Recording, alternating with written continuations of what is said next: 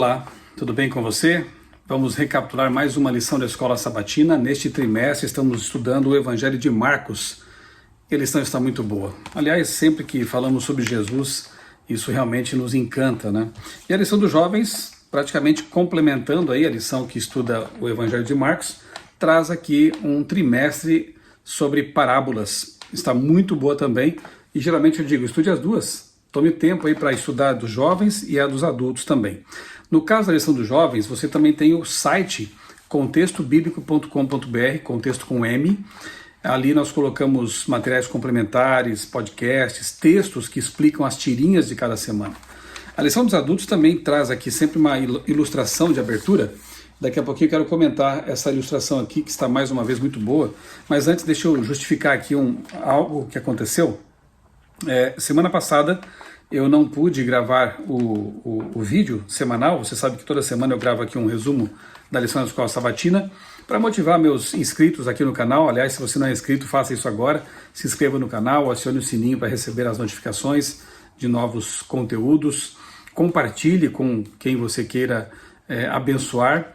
E também comente aqui abaixo. Os comentários ajudam o YouTube a entender que o vídeo tem relevância, né?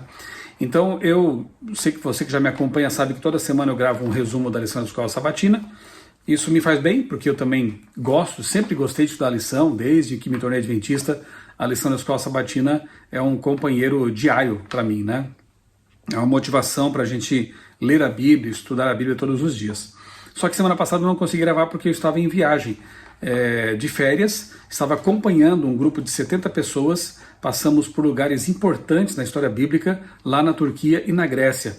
Foi realmente maravilhoso, nós chamamos essa expedição essa peregrinação, né, de os caminhos de Paulo e as igrejas do Apocalipse. Se você quiser saber mais sobre essa expedição, eu tenho colocado aqui no meu canal alguns vídeos, já postei alguns, em Esmirna e Pérgamo, por exemplo, em Éfeso, no Areópago, lá em Atenas, enfim, lugares muito significativos, e estar ali, conhecer aquelas ruínas, aquela geografia, é de um aprendizado tremendo. E aquelas pessoas que estavam ali, eu estava como um pastor convidado, o orador, né, pregando ali quase que, em média, 2 sermões todos os dias. Sábado, nós também estivemos na Igreja Central de Atenas, foi uma experiência maravilhosa.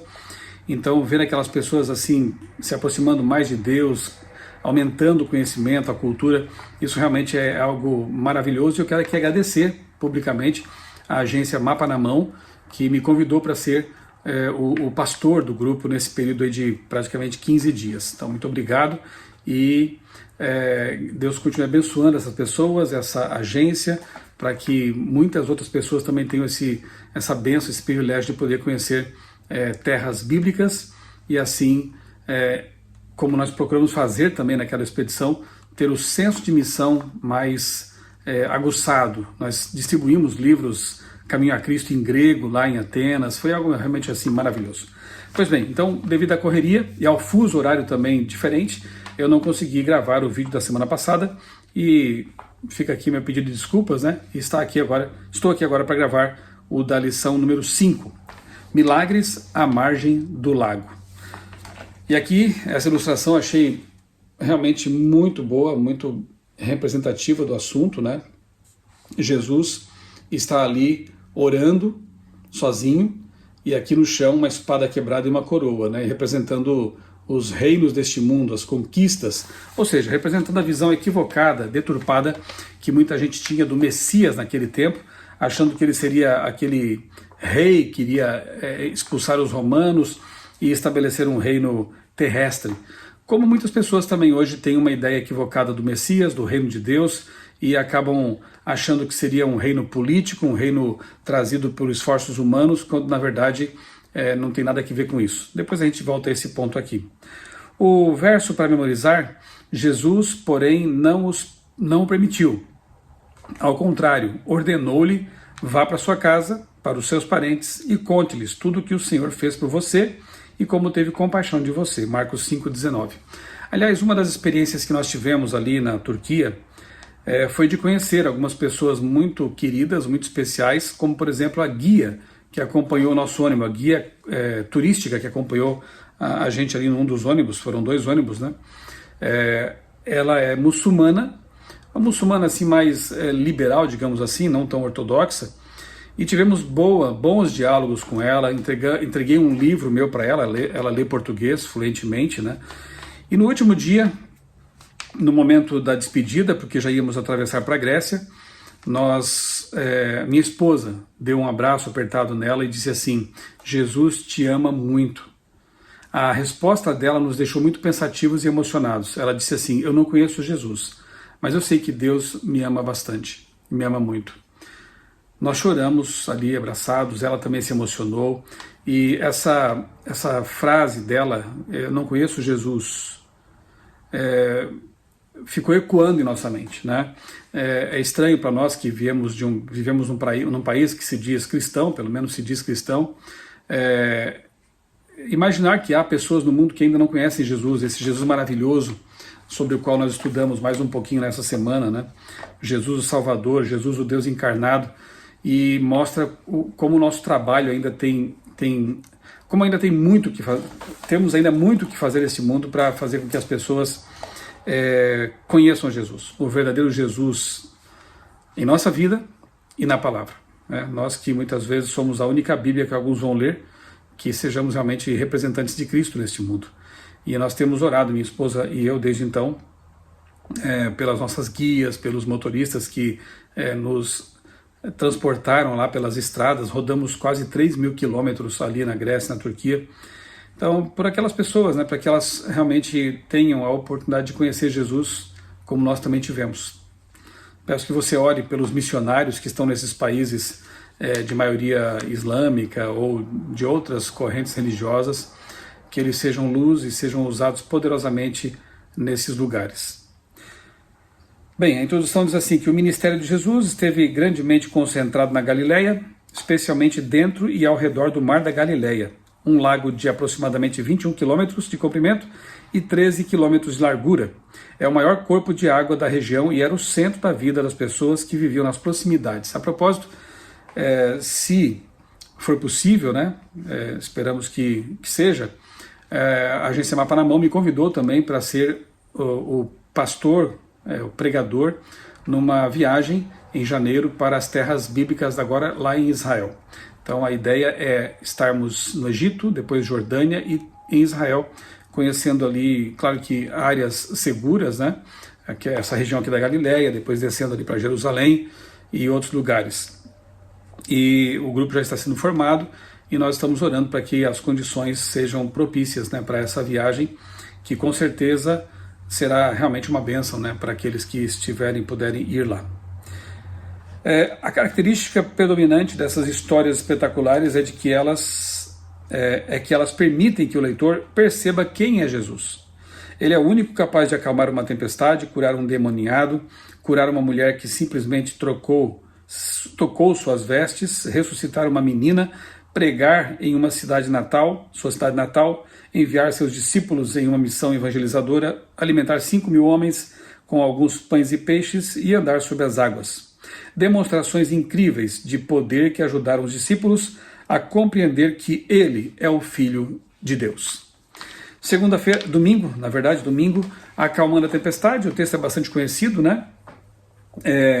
Aqui diz que os discípulos levaram Jesus no barco assim como ele estava, ou seja, estava cansado, estava extremamente afatigado, porque havia passado muito tempo ensinando as pessoas, as multidões na praia.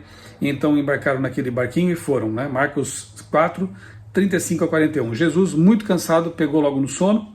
Aqui diz que ele possivelmente estivesse na popa, ali talvez encostado numa almofada, né? E aí começou uma tempestade terrível lá no Mar da Galileia. Aquele mar é um lago, né? Mas de dimensões tão grandes que parece um mar. E Jesus, então, ele é acordado pelos discípulos desesperados, achando que iam afundar. Haviam contemplado milagres grandiosos de Jesus e estavam ali com medo, tendo Jesus no barco, né? É uma coisa assim interessante, né? É importante lembrarmos sempre que Jesus está na nossa vida, está no nosso barco, para que nós também não nos desesperemos com as tempestades da vida. E Jesus, então, ele acalma a tempestade e, mais uma vez, os discípulos têm uma demonstração do poder divino, né? A história de Marcos 4, 35 a 41 se encaixa em um padrão bíblico comum, o de uma teofania. O que é uma teofania? Quando Deus se manifesta visivelmente, né? Quando o poder de Deus é visto de forma clara ali, ou por meio de seus anjos. 5 características são comuns nesses eventos. Primeiro, a demonstração do poder divino. Segundo, o medo humano. Terceiro, a ordem, não tema. Quarto, as palavras da revelação para a qual Deus ou o anjo apareceu, por causa dessa palavra ele apareceu. E 5, a resposta humana à revelação. Interessante que essas 5 coisas elas acontecem aqui nessa demonstração do poder divino através de Jesus. A pergunta, por que vocês estão com tanto medo, corresponde ao não tema, não tenham medo. Eu estou no barco, eu conduzo vocês, eu conduzo a vida de vocês. Nós precisamos lembrar disso sempre, especialmente quando as tempestades da vida, as tragédias, as doenças, a morte vêm sobre nós e somos tentados a vacilar, a temer, né? Deus dizendo mais uma vez, não tenha medo, eu estou com você, eu estou no barco, eu estou no trono, eu governo, eu conduzo. Segunda-feira, ouvindo um sussurro acima de um grito. Outra história assim incrível, né? Que é a cura de um endemoniado, né? Marcos 5, 1 a 20, que quando Jesus se aproxima dele, ninguém conseguia prendê-lo, ele vivia nos túmulos, né? Uma vida miserável, dominada por Satanás e por seus anjos maus. Aqui diz que quando Jesus se aproximou, ele se prostrou diante dele. A palavra grega aqui é proskineu, que geralmente é traduzida como adorar. Ou seja, aparentemente aquele homem ele tinha um resquício de racionalidade e percebeu que estava diante de um único que poderia ajudá-lo a ser libertado daquela condição. Aí os demônios começaram a gritar, mas Jesus ouviu o sussurro daquela alma, daquele coração, e Jesus liberta aquele homem dos demônios. Os demônios sabiam quem é Jesus e sabiam que eram impotentes diante dele. Por isso imploraram 2 vezes para que ele deixasse que eles fossem lá para tomar aquela manada de porcos, né? Essa história tem 2 características predominantes. Primeira, está cheia de elementos relacionados à impureza ou contaminação cerimonial, conforme a lei do Antigo Testamento. Túmulos e mortos, aquele homem vivia entre os túmulos, entre os mortos. O sangramento, lá em Levítico 15 fala disso, né? O sangue como elemento de contaminação. E os porcos, Levítico 11, 7, né, alimentos, carnes impuras, não alimentos, porque na Bíblia porco não é tido como alimento, né, são carnes imundas, impuras. Jesus é o único que pode nos libertar, nos purificar de nossa imundície, de nossas contaminações. Esse é o recado mais importante. Não importa em que tipo de cadeias, de correntes o inimigo tenha acorrentado você, prendido você, Jesus é o único que pode libertá-lo, especialmente quando as cadeias são espirituais. Em segundo lugar, sobressaindo-se aos diversos elementos de impurezas, está a batalha entre os poderes do bem e as forças do mal. Jesus expulsou os demônios, vantagem de Jesus. Os demônios mataram os porcos, uma aparente vantagem de Satanás. Na verdade, ele usou isso para fazer com que Jesus fosse expulso dali. Aqueles comerciantes vendiam porcos, portanto já estavam fazendo algo errado, né? Preferiram o ganho financeiro a ter Jesus entre eles. Mandaram Jesus embora. Então é lamentável que muitas pessoas se agarrem mais aos lucros, aos benefícios de um negócio, de um comércio, às vezes até um comércio ilícito, que envolve talvez drogas, coisas que prejudicam as pessoas, enfim, tantas coisas que podemos pensar aqui, e preferem se apegar a esses recursos, a esse dinheiro que vem dessas coisas, em lugar de abraçar Jesus e libertação. Os habitantes da cidade pediram que Jesus saísse, vantagem de Satanás, mas Jesus enviou de volta o homem curado como sua testemunha, grande vitória de Jesus. Aquele era um missionário improvável, mas ele tinha uma história incrível para contar. Na verdade, aquele ex-endemoniado queria seguir Jesus, mas Jesus, nesse caso, não permitiu e mandou que ele voltasse para sua casa, ou seja, que ele fosse uma testemunha lá. Interessante que, algum tempo depois, Jesus volta àquela região e havia muitas pessoas preparadas para ouvi-lo. Então ele sabia porque estava mandando aquele ex-endemoniado como missionário para aquela região. Ele seria um testemunho vivo do poder libertador de Deus na pessoa de Jesus. Ele preparou o caminho para que muita gente depois aceitasse o Salvador, o Messias. Então, pode ser o caso de Jesus estar dizendo para você, seja primeiro um missionário em sua casa. seja primeiro um missionário em sua redondeza, em seu bairro, em seu trabalho, em sua escola. Prepare o caminho para que as pessoas aceitem Jesus finalmente. Terça-feira, na montanha-russa com Jesus. Que características se destacam especialmente em Jairo? E depois nós vemos aqui uma mulher interrompendo a história. É mais uma daquelas histórias sanduíche, né, que a lição já destacou para nós, em que o autor começa, o Marcos, né, ele começa uma história, depois ele traz uma segunda história e termina a primeira história, né? Ele ensanduícha uma história no meio de uma outra história. Interessante isso, né? Aqui nós vemos então Jairo, que era um judeu, líder de uma sinagoga, portanto, naturalmente, como outros que a gente vê na Bíblia, tinha ali, deveria ter, né, seus preconceitos com relação a Jesus, mas o fato de a filha estar gravemente enferma fez com que Jairo vencesse seus preconceitos e se prostrasse aos pés de Jesus. Veja só que interessante, né? E aí Jesus, ele decide atender ao pedido daquele homem. Só que no meio do caminho, Marcos 5, começa no 21 a história de Jairo, e no verso 25 ela é interrompida. Aparece aqui uma mulher que fazia 12 anos enfrentava uma doença que a tornava impura. De novo o assunto da pureza, da impureza, né? Uma mulher que tinha um fluxo de sangue. E aí ela toca, Jesus estava sendo seguido por uma multidão, estava rodeado de pessoas, né, acompanhando Jairo. Jairo aparentemente achando talvez que estava conduzindo, né, o Messias, enfim, aquele em que ele havia depositado suas esperanças. Não sei se ele aceitava ele como Messias ainda, mas Jairo estava conduzindo Jesus. E de repente Jesus para e diz: quem me tocou?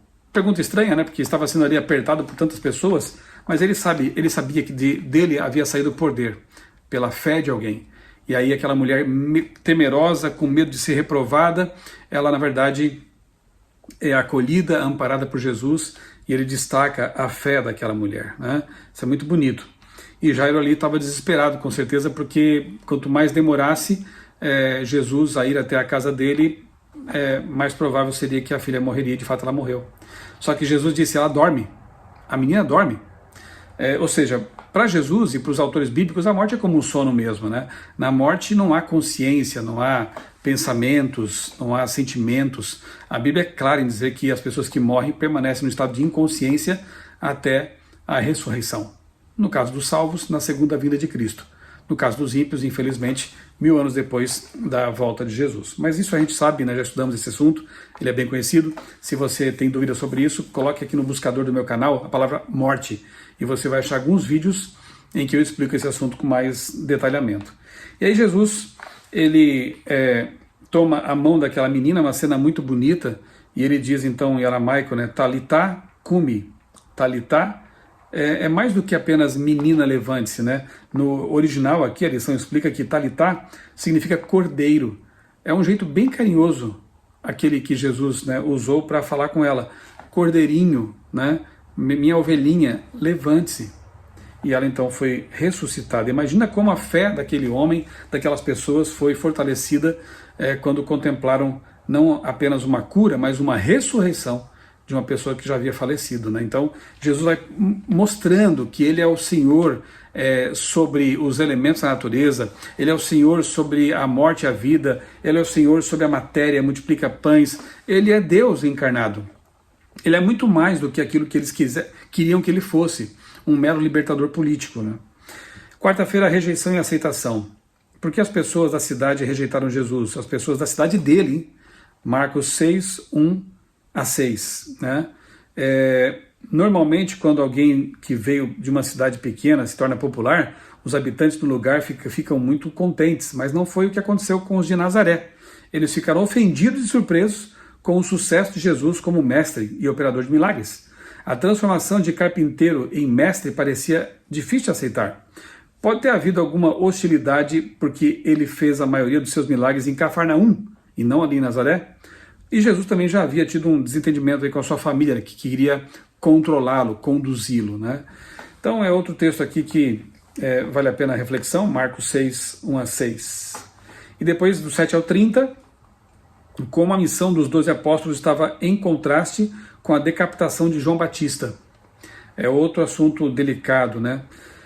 Terceira história em formato de sanduíche em Marcos, a gente vê aqui, né? A missão dos apóstolos de pregar em todos os lugares está em contraste com a prisão e morte de João Batista.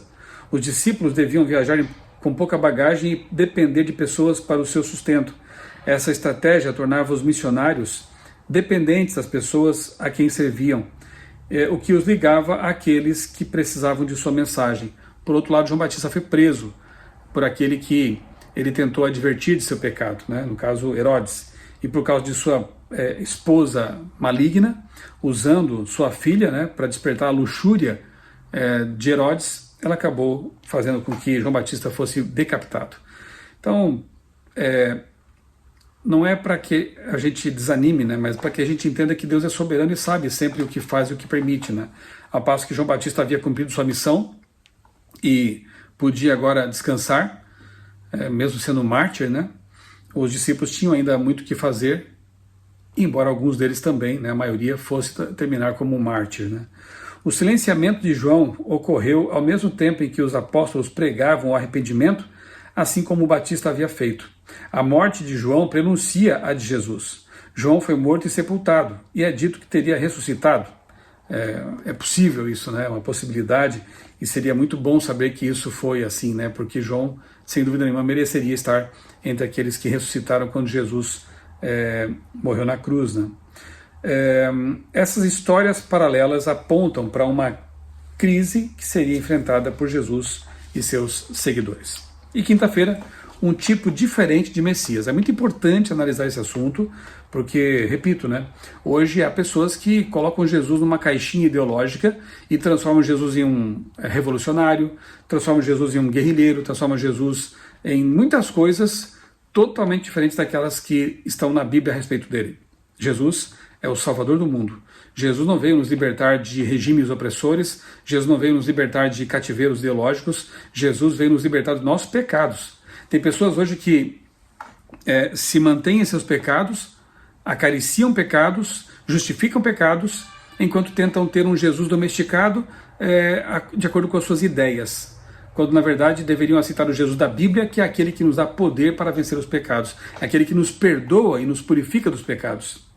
Depois que os discípulos retornaram de sua missão, foram com Jesus descansar em uma área remota a leste do Mar da Galileia. Mas uma multidão havia chegado ao local antes deles. Eles eram como ovelhas sem pastor. Então Jesus os ensinou durante o dia. Jesus não media esforços quando era para curar, ensinar, amar as pessoas, né? Ele podia estar exausto, mas ainda assim dedicava tempo às pessoas. À tarde, os discípulos recomendaram que a multidão fosse mandada embora para procurar comida, mas Jesus disse que para eles alimentarem a multidão. O diálogo que segue, em Marcos 6, 35 a 38, ilustra que os discípulos estavam pensando em termos humanos sobre como resolver o problema. No entanto, Jesus resolveu o problema alimentando a multidão de modo miraculoso, com apenas 5 pães e 2 peixes.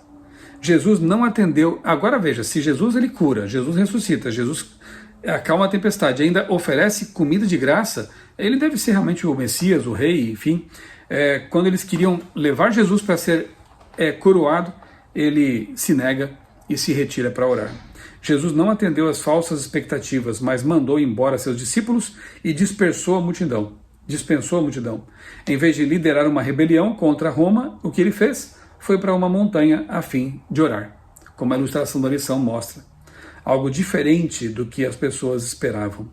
Em lugar do entendimento popular do Messias como um rei que libertaria Israel, Jesus veio para libertar as pessoas da escravidão do pecado.